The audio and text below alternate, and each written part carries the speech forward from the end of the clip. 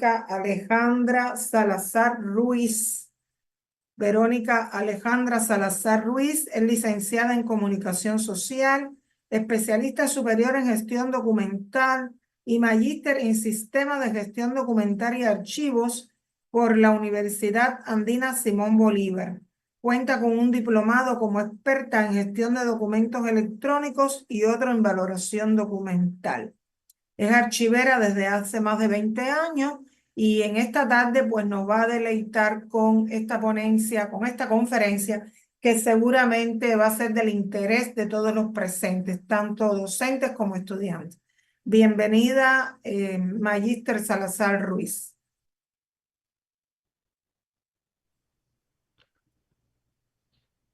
Hola, buenas tardes con todos. Gracias Eneida y Lilia a Kepler también, gracias por la invitación que me hicieron para participar en este congreso. Bueno, voy a compartir pantalla. ¿Me confirman si tienen la pantalla? Sí, ¿verdad? Gracias. Muy bien, se ve perfectamente lo que póngala en presentación. Listo. Ya, muy bien, gracias. Gracias. Bueno,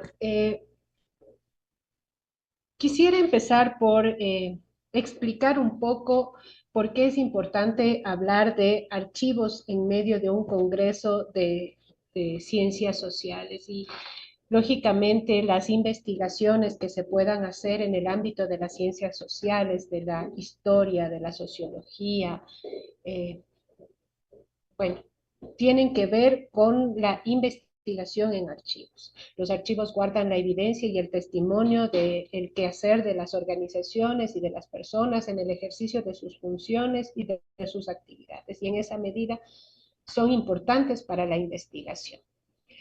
Adicionalmente, hablar de descripción en el ámbito de los archivos nos lleva a pensar en que tenemos que tener unas herramientas que nos permitan recuperar la información de forma ágil. Claro, en el campo de las bibliotecas este es un tema superado, más que superado, porque hay mucha normativa y herramientas tecnológicas, técnicas que han facilitado la descripción en bibliotecas. Sin embargo, en archivos, en el ámbito nacional sobre todo, teníamos una deuda. En esta exposición yo voy a abordar el tema de la norma técnica ecuatoriana de descripción archivística, que surge en el marco de los archivos históricos y en las competencias del Ministerio de Cultura y Patrimonio y del Archivo Histórico Nacional.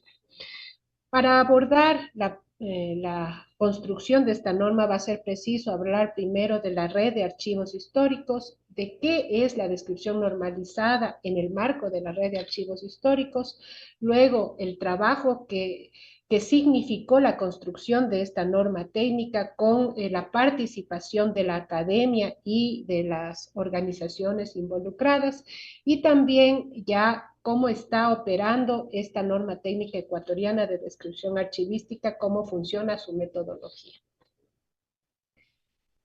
En principio, referirnos a la red de archivos históricos. Para hablar de los archivos históricos tenemos que remitirnos a lo que establece la Ley Orgánica de Cultura. Si bien no es que antes de la promulgación de la ley en el año 2016 no existieran archivos históricos, sino que la figura de red es creada en esta normativa.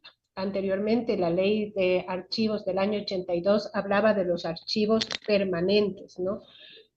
Sin darles estas relaciones, estos vínculos de trabajo en red. En la Ley Orgánica de Cultura, en el artículo 37, se dice que los archivos históricos son aquellos que guardan documentación histórica, es decir, aquella que es de relevancia para la memoria social y que contienen documentación histórica. Más allá, en el artículo 54, en la propia ley, se habla de una temporalidad. Le dice, por ejemplo, que para los documentos impresos, manuscritos, el soporte papel, básicamente, tienen que tener una antigüedad o haber sido creados 50 años hacia atrás, y para el caso de los documentos en soportes especiales nos dice 30 años hacia atrás. un poco vemos que hay una diferencia con lo que la ley del Sistema Nacional de Archivos había previsto, que nos decía la documentación de 1900 hacia atrás. Entonces, esta red conformada por estas instituciones públicas, todas las públicas que conservan este tipo de documentación y las privadas que voluntariamente quieren adherirse, conforman la red de archivos históricos.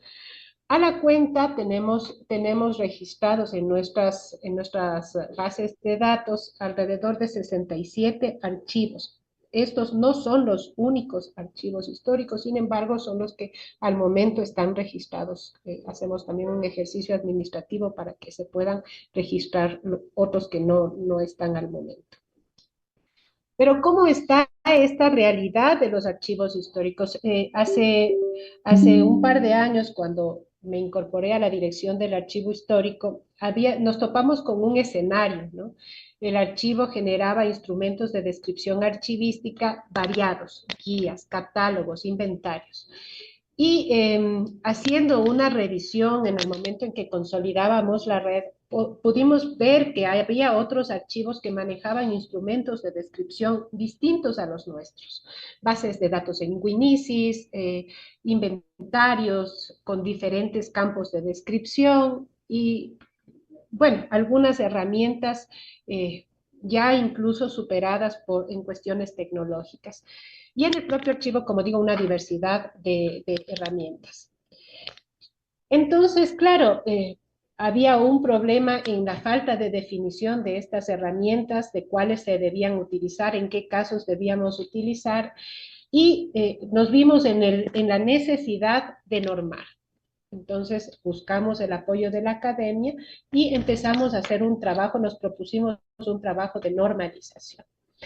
La normalización de la descripción.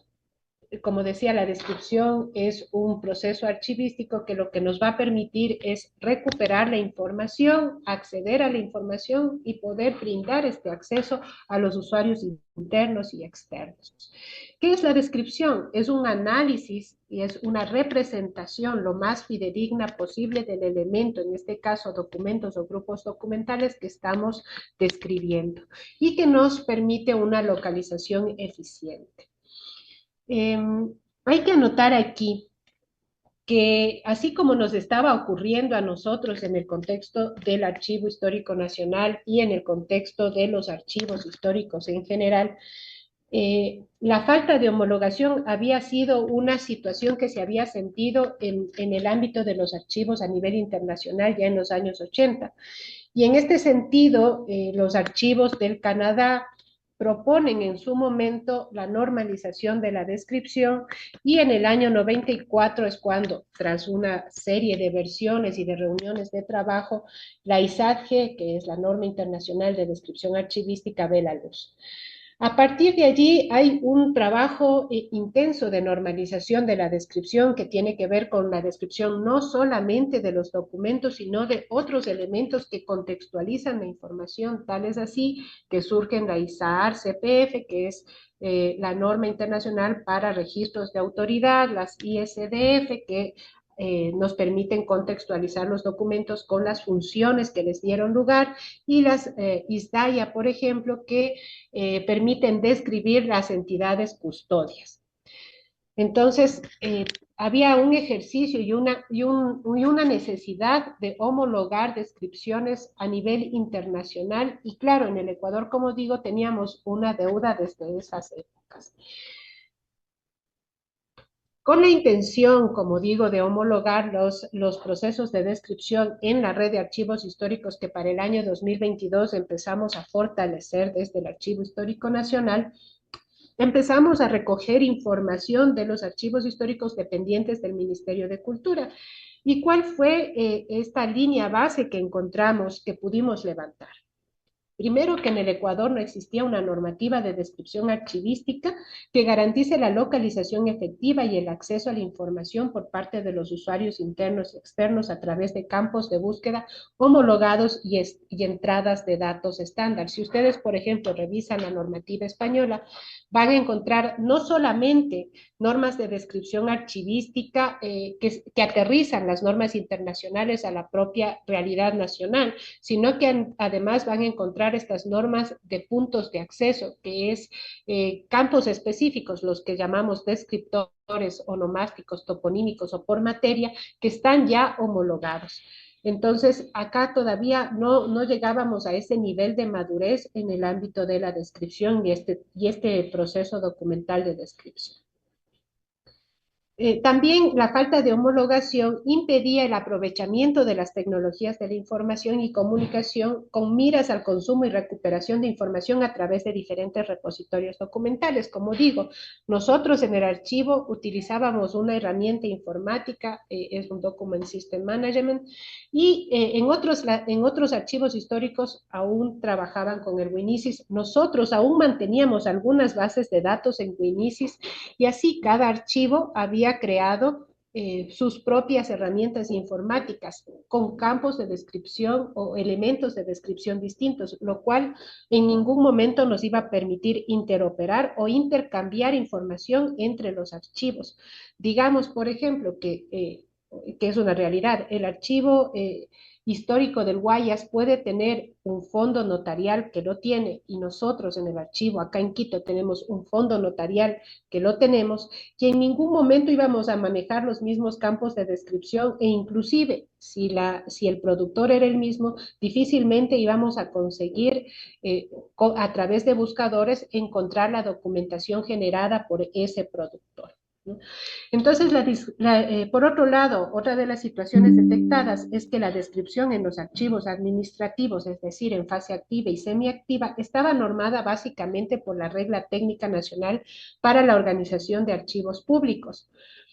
Y en esta normativa hay herramientas de descripción, instrumentos de descripción archivística. Ejemplo, el inventario, las etiquetas de caja, las etiquetas para carpeta, sí, las instrucciones para crear metadatos. Sin embargo, todos estos campos de descripción o fórmulas de descripción o metadatos no estaban pensados en una etapa posterior de los documentos para cuando se manejaran ya en un archivo histórico. Para los archivos históricos no se habían definido los instrumentos de descripción a aplicarse y su utilidad. Se utilizaban herramientas tecnológicas con funcionalidades distintas y en algunos casos eran adecuaciones de aplicativos con otro fin.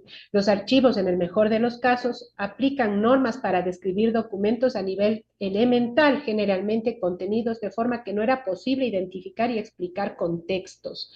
Tampoco conseguir mayor información de productores, por ejemplo, a través de búsquedas amplias con la web semántica. Y aquí hay que anotar una cosa. En otras latitudes, como digo, ya se había trabajado con normas nacionales de descripción archivística en España, en Colombia, en Perú, en Uruguay, hablando de casos cercanos, ¿no? Y estas normas de descripción archivística ya eran un buen ejemplo de que había que trabajar en la descripción que permita mantener elementos comunes en todas las fases del ciclo de vida de los documentos. Aquí pueden ver un listado de todos los instrumentos de descripción que hace un par de años teníamos en el archivo. Hay que saber también que anteriormente las descripciones estaban supeditadas a la fórmula que se utilizaba en los instrumentos de descripción. Si ustedes tenían un modelo de catálogo, nosotros teníamos que buscar la información en los documentos que se adecúen a este instrumento de descripción. Igualmente, información o datos de los documentos que se adecúen al formato de etiqueta o al formato de inventario. Entonces, teníamos que trabajar en un modelo distinto de descripción que nos permita trabajar con múltiples instrumentos de descripción en base a un solo proceso de búsqueda o de recabar información. Aquí empezamos el proceso de investigación. Lo que voy a relatar en este momento es cómo se desarrolló el proceso de trabajo de investigación para desarrollar y construir esta norma ecuatoriana de descripción archivística. Trabajamos con la Universidad Andina Simón Bolívar, con dos docentes destacados, con compañeros también del Archivo Histórico Nacional, con el propósito de investigar sobre la normativa relacionada con descripción archivística que se hubiera generado tanto en el ámbito nacional cuanto fuera del país.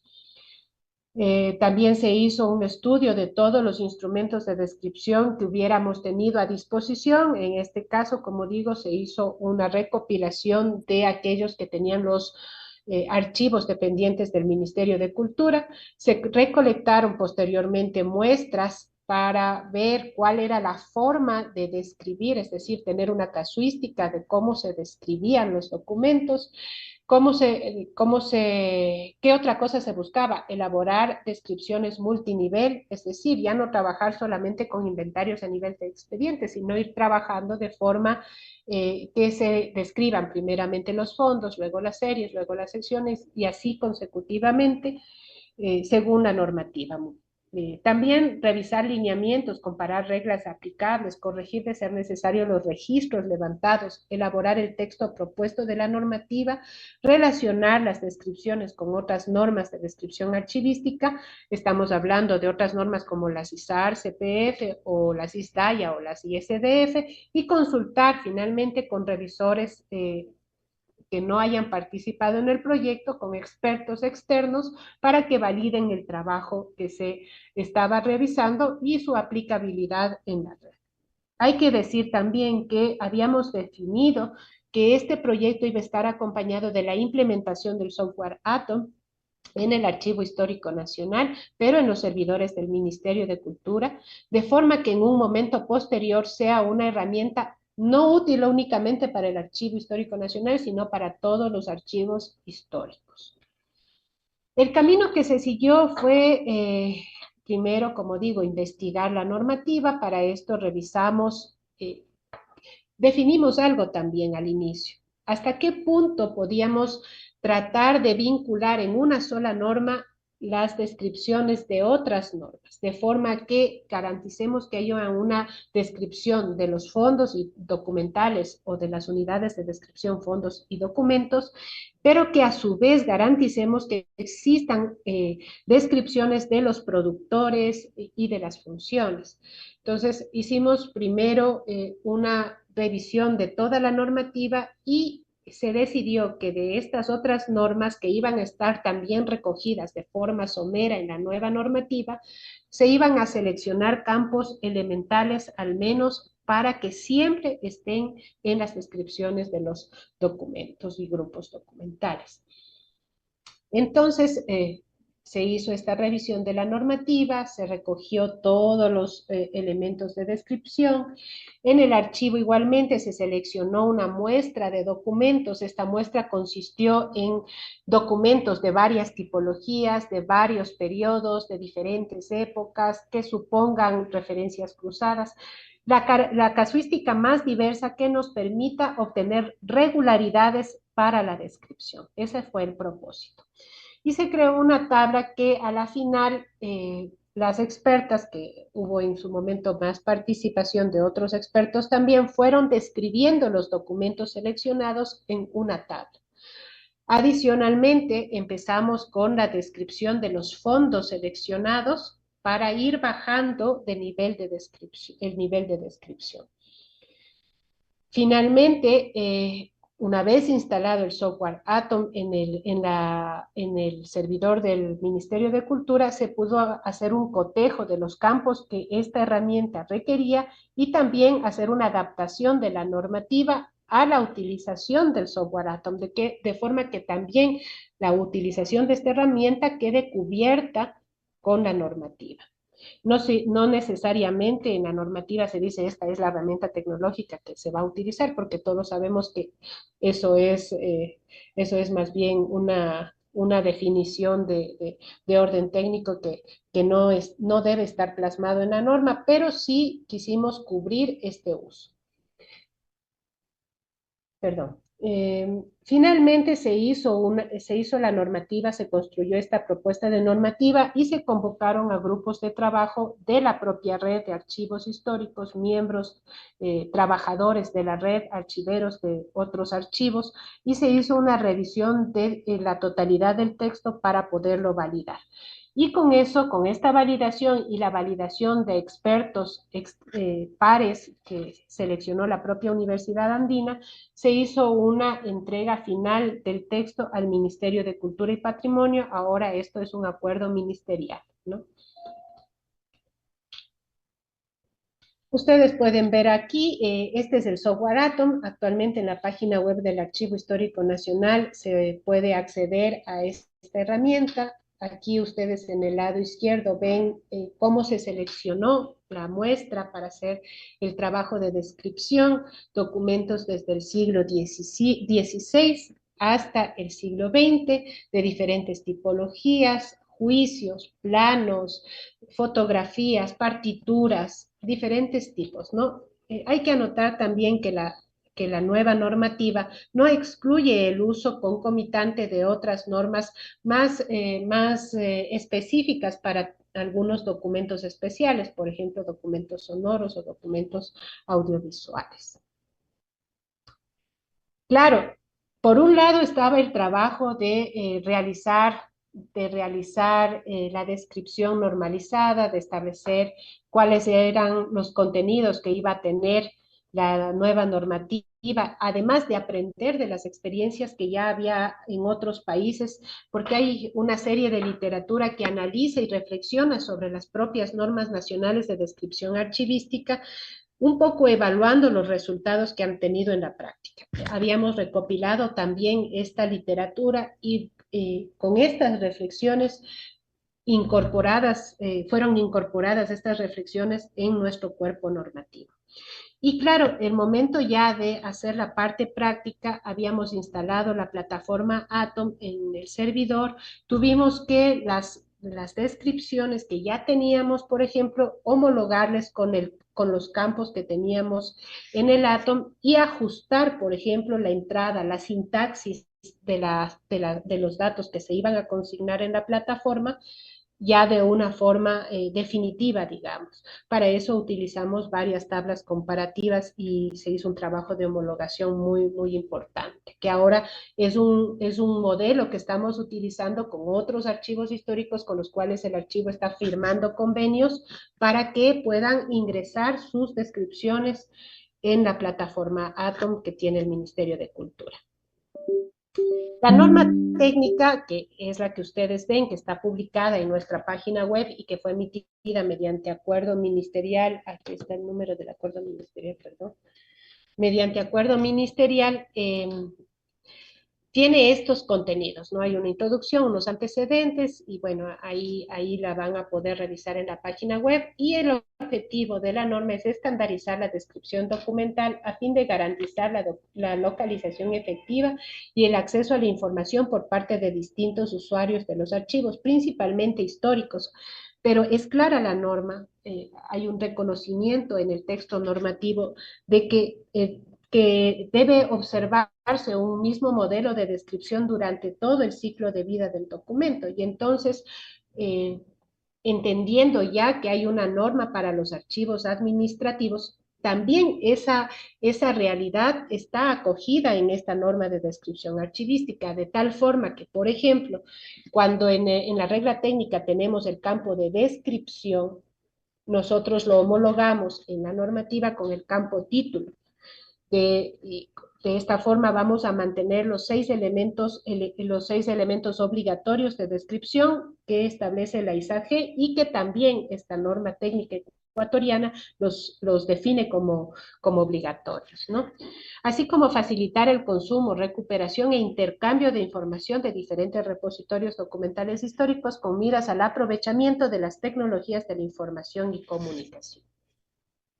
Ese es el objetivo. Aquí, por ejemplo, me parece súper rico estas tablas que incorpora la norma y el acuerdo ministerial en la medida en que nos va a indicar el campo de descripción, como digo, hemos definido que tenemos 6 campos obligatorios, tal como lo dice también la ISAGE, y con respecto al resto de campos, estamos indicando cuáles son obligatorios y cuáles son recomendados u opcionales según el nivel de descripción al que estemos aplicando la descripción. Entonces, por ejemplo, para el nivel de fondo habrá unos campos. El campo de código de referencia, estos 5 primeros son obligatorios hasta el de productor, como ustedes saben, y luego a partir del campo 7 hay unos opcionales y otros obligatorios. Y así se van describiendo todos los títulos que define la norma de descripción. Igualmente, hace un parangón con las normas de registros de autoridad, las ISAR-CPF, indica cuáles son campos obligatorios que deben utilizarse en la descripción de archivos históricos, de forma que siempre haya una descripción del productor suficientemente rica que nos permita después recuperar información del mismo productor en diferentes repositorios. Ese es el propósito. El alcance, por ejemplo, en esta normativa hay 2 títulos que se llaman alcance y el otro es el ámbito de aplicación. Dice que el alcance es de uso obligatorio en todos los archivos históricos, así como para las entidades que produzcan y mantengan documentos históricos en los términos definidos en el artículo 54 de la Ley Orgánica de Cultura, que es el que les mencionaba, que nos da una temporalidad para los bienes culturales, y en estos literales nos habla de los documentos, tanto en soporte papel cuanto documentos en soportes especiales. Y es recomendable, dice la norma, para uso en los archivos de gestión centrales o de concentración e intermedios. Como digo, no estamos pidiendo más información a los archivos administrativos, sino que nos hemos ajustado a lo que ahora mismo se registra en los formatos de inventario, homologando campos con los obligatorios de la ISAGE. Dice también con respecto al ámbito que esta norma es una herramienta válida para la descripción de todos los fondos, documentos y colecciones documentales localizadas en el territorio ecuatoriano, independientemente del formato, soporte y tipología. Es decir, aquí los documentos audiovisuales, los documentos en soporte vinilo o cualquier otro tipo de documento puede ser descrito con esta norma. Y también dice que permite la elaboración de los instrumentos de descripción aplicables a los distintos niveles de descripción, especialmente guías, inventarios y catálogos. Datos importantísimos, por ejemplo, en la norma se establece que el inventario es el instrumento de descripción fundamental en cualquier repositorio, administrativo o histórico. Siempre va a haber necesidad de un inventario. Y en los archivos históricos se generan guías y catálogos adicionalmente. ¿Qué otra cosa tenemos?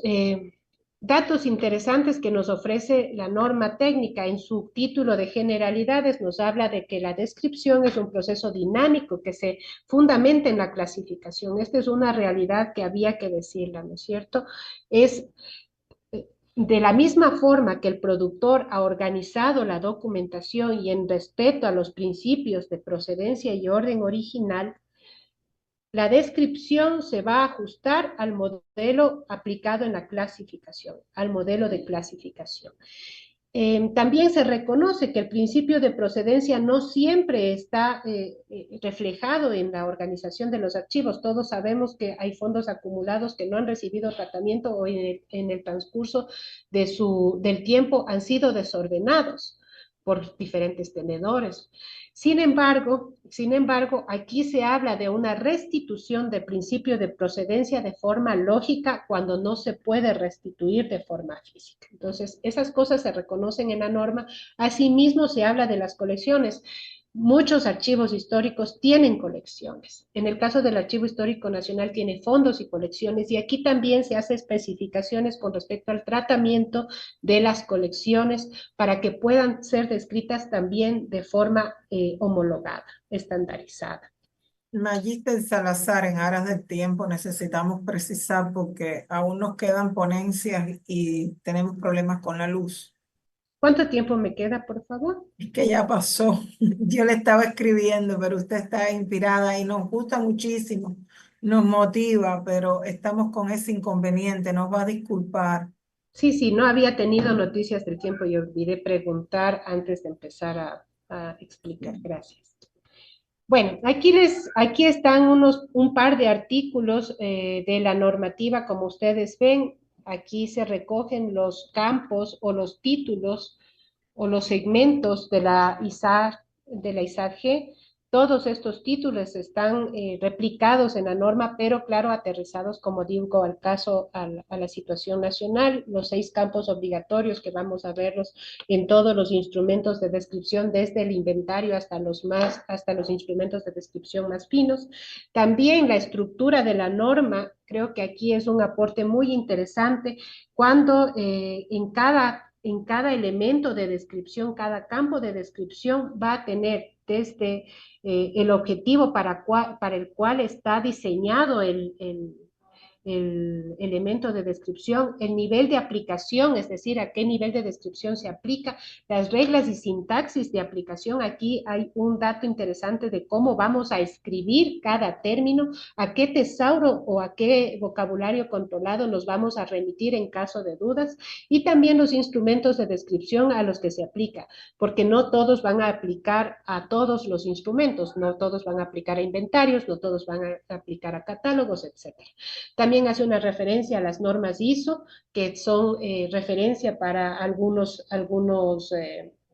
elementos de descripción, y también nos va a hablar de cómo aplicar la descripción multinivel, porque sabemos que esta es la particularidad de los archivos, que tenemos que aplicar descripción multinivel.